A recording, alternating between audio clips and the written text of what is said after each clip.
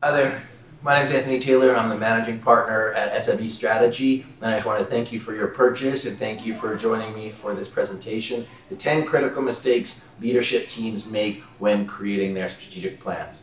So all of the content that I'm going to present today applies to for-profit and non-profit enterprises, and really my objective is so that you as a leader or a manager or anyone really leading strategy can make better decisions and ultimately get a better return on your investment in strategic planning.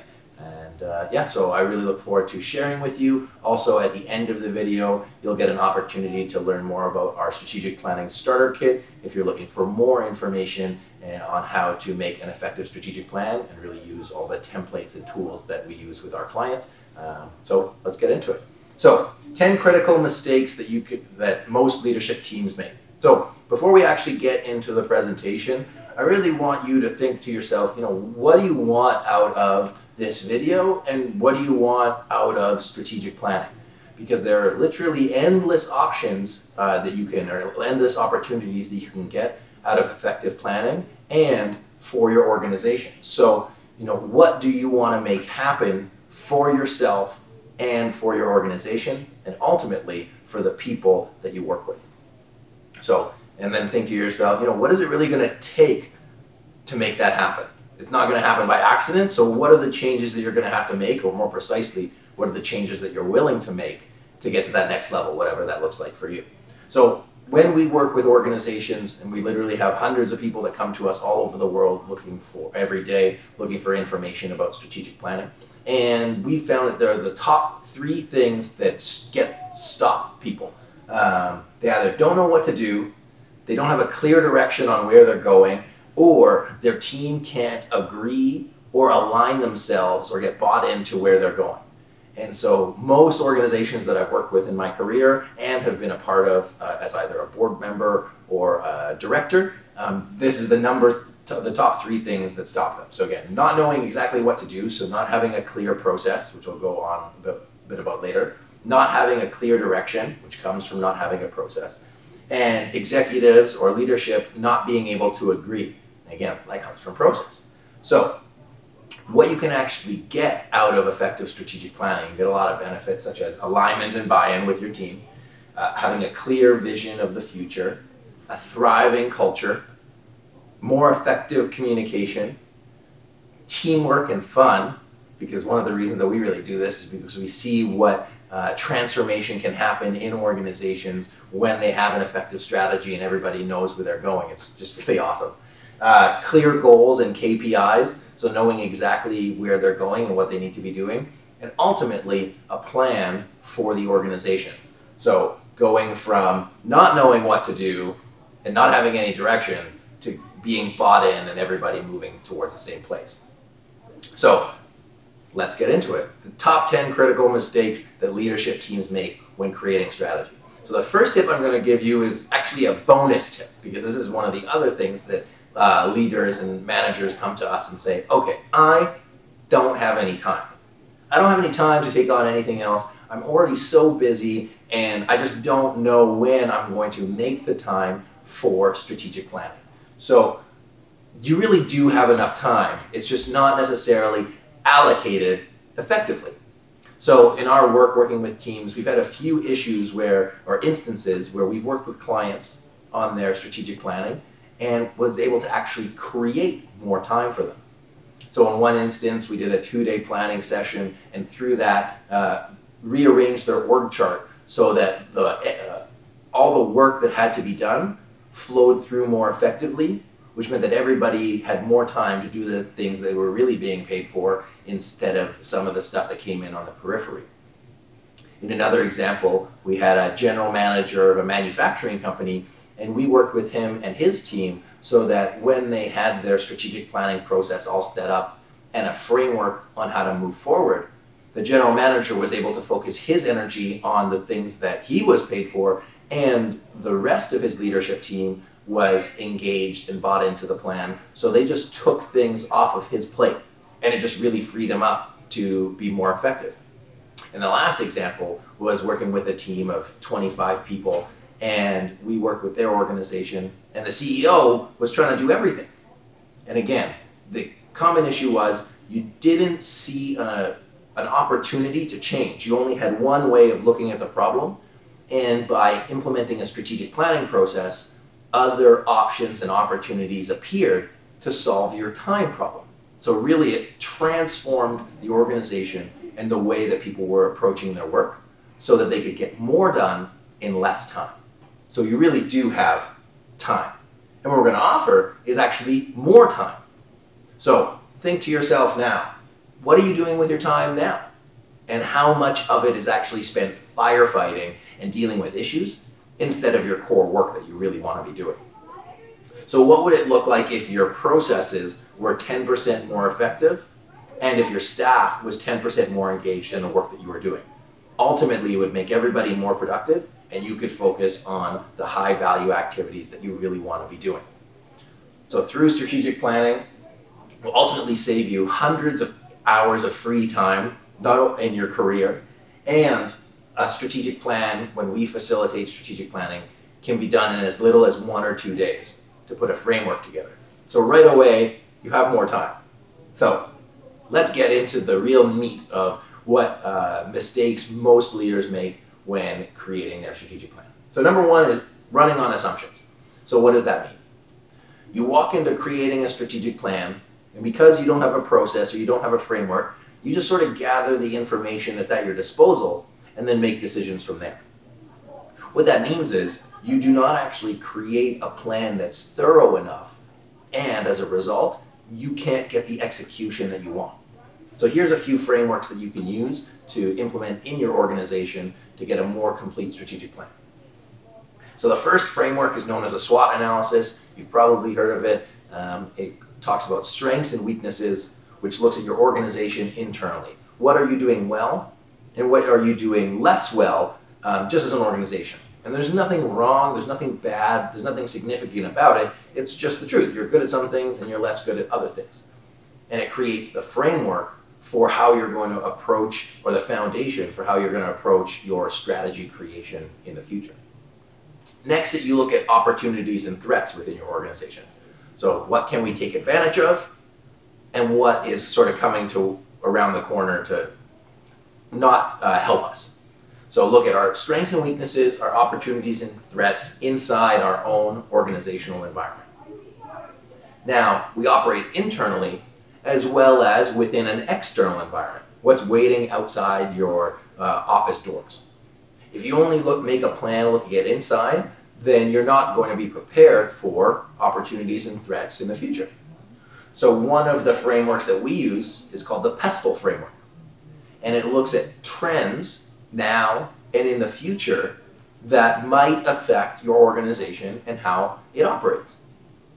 So PESTLE stands for political, economical, social, technological, legal, and environmental.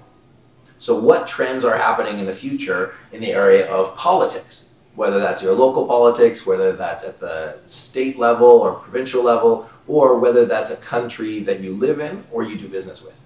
How will changes in that affect your ability to be successful? Because strategic planning is all about choices, and it's all about making you successful in the most effective way. So if you know what's going to happen in the future, you can do your best to allocate your time, money, and resources in being successful. So that's the PESTLE analysis. And then the third is looking at stakeholder and management team inputs. And that's because you, as a leader or manager, has one perspective. And everybody else on your management team has just a slightly different perspective. And then there's also different perspectives by the people in your middle managers in your organization, or even frontline staff. Everybody has a different view of what's happening.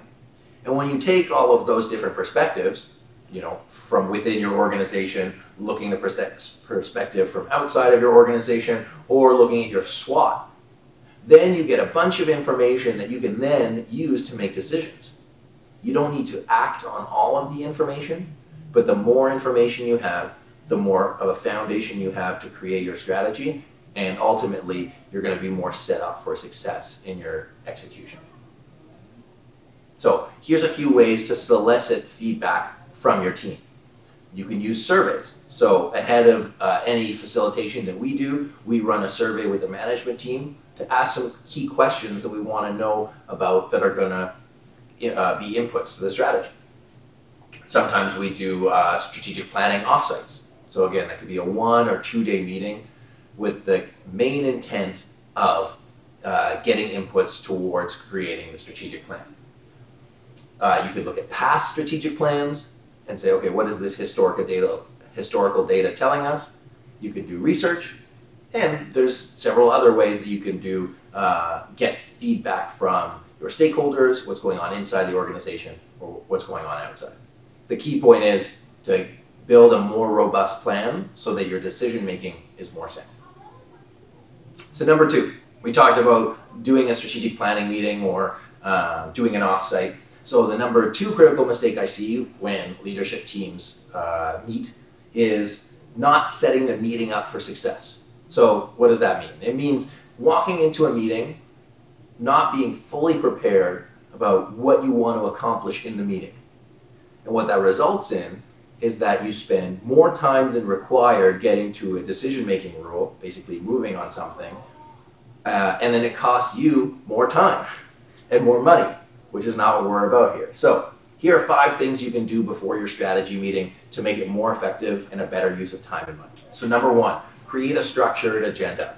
If you go to www.smestrategy.net, you can find both a 1-day and 2-day planning agenda that will help you move through the process of making your meeting as effective as possible. So number 2, have a process or framework. So that really means having an intentionality, knowing exactly what you want to create out of the meeting and creating a process on how to get it. So often meetings come and you meet up with a bunch of people and you're all just talking about what happened in the past and, just gossip really. So the key part is having a process or a framework to get you to where you want to go. Number 3, as we discussed before, talk to your staff. Ask them about how work is for them. Not on the emotional side, but what did they see as important from a strategic perspective from your management meeting.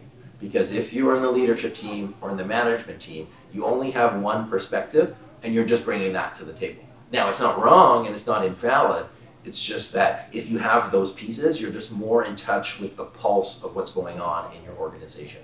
And that's what's going to create the framework for transformation and ultimately success. Number 4, do a survey with your leadership team ahead of time. Ask some of the questions that you're going to ask in your meeting in a survey. And that way people aren't forced to or put in a position to think of the questions for the first time. Because we're so busy doing operational stuff that we don't often make time to think of the long-term strategic thinking. So if you take the time to do a survey in advance, then when you walk into the session, you're really going to be communicating at a high level and it's going to be a more effective use of time. And just think to yourself, if you're meeting with 7 or 10 or 15 of your top leaders, how much is that meeting costing you? So making the most of that meeting is imperative, not only from that pure cost perspective, but then the strategy that's ultimately going to guide the rest of your organization. And to that point, use a meeting facilitator. The cost of your meeting is worth it that you get it done right the first time, because you don't want to meet again 3 months later or 6 months later and be talking about the same issues. So a meeting facilitator will help you move through the spaces, and again, that's one of the services that we offer at SME Strategy. Whether you use us or use somebody else, it's a great investment of money. Okay, number 3, not having a clear vision of the future. So what does that mean? Your vision for the future guides every single decision that you make. So same thing with the meeting. If you walk into the meeting without a clear vision of what you want to come out of it, you're not going to make it as effective of use of time as possible. So creating your vision for the future, you need to know what you're building. And so often organizations don't really articulate or know what that clear vision is. So how do you create a vision? So where do you see the organization in a year, in 3 years, 5 years, or 10 years? How is that different in the future compared to now? As in, if you're going here, what has to change to make that a reality? And one of the questions we ask in our pre-planning survey is, if you had 3 wishes for the future, what would they be? And it starts to give you an idea of what people want in that future place. Another way to think of a vision is it's like the front of the box of a puzzle. So you know the picture of what you're creating, but right now all you have is scattered little pieces. But every decision that you make, everything that you do, leads to creating that picture.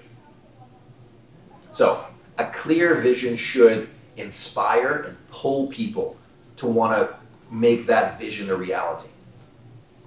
It allows you to envision what winning looks like. So, and it also makes the pain of changing worthwhile. So if success was a place, how would we know if we got there? So really put yourself into that future space, and it's going to be inspiring enough that people are willing to change and make a difference to get there. So, number 4, overcomplicating the plan. So now we have our vision.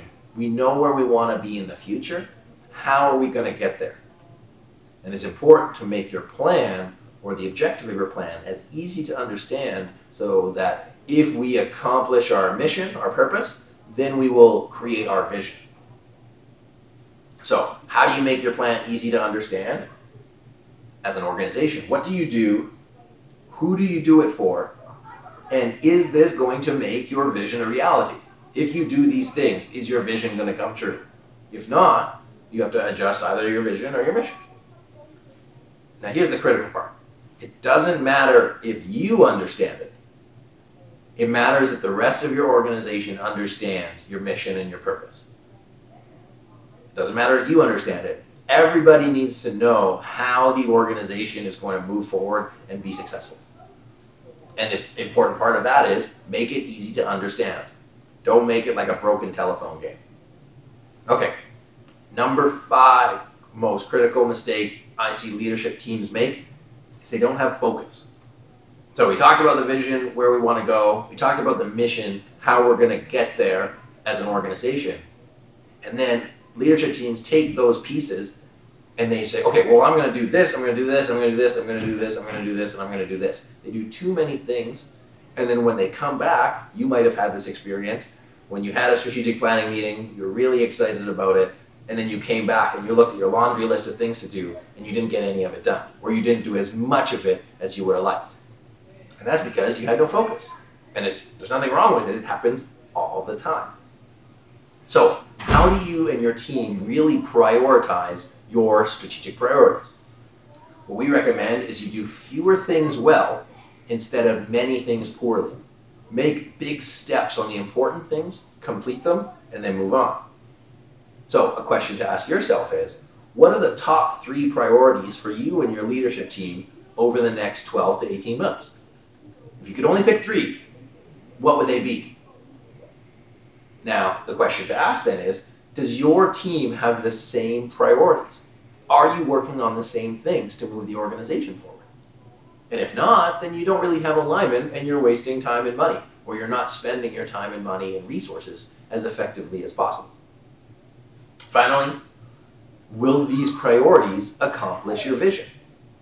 Everything is all about alignment. So when we say, okay, we're going to do our mission, it's to accomplish our vision, our strategic priorities are to accomplish our mission, and ultimately our vision. So everything is aligned from your leadership team to your strategic plan.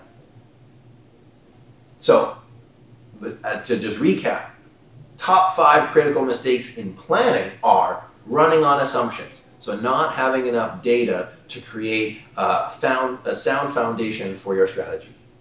Not setting up for success. So walking into a meeting or a planning process or a planning meeting with no process and no intention about what you want to create. But you know that it's important, you're just ad hoc going about it, and it ends up wasting time, money, and resources. No clear vision. So not understanding clearly what you want to accomplish out of the successful future of the organization. Not knowing what success in the future looks like, but having a small idea of what it is. Making the plan complicated. It makes it harder for your team to execute, and it makes it harder for your team to understand and to be really bought into the strategy and the plan. And not having focus. So many organizations do too many things and don't make big strides in them versus focusing their energy on accomplishing things moving forward, and then moving on to the next one. So the next 5 critical mistakes in strategic planning actually happen in the execution phase, and that's what we're going to go about in the next video. So what I want you to do right now is just take a quick break, stand up, and take some notes about what you're hearing for yourself, whether that's in creating a vision, creating a mission, or what you could be doing in order to get the results that you want out of your strategic planning, and then we'll come right back.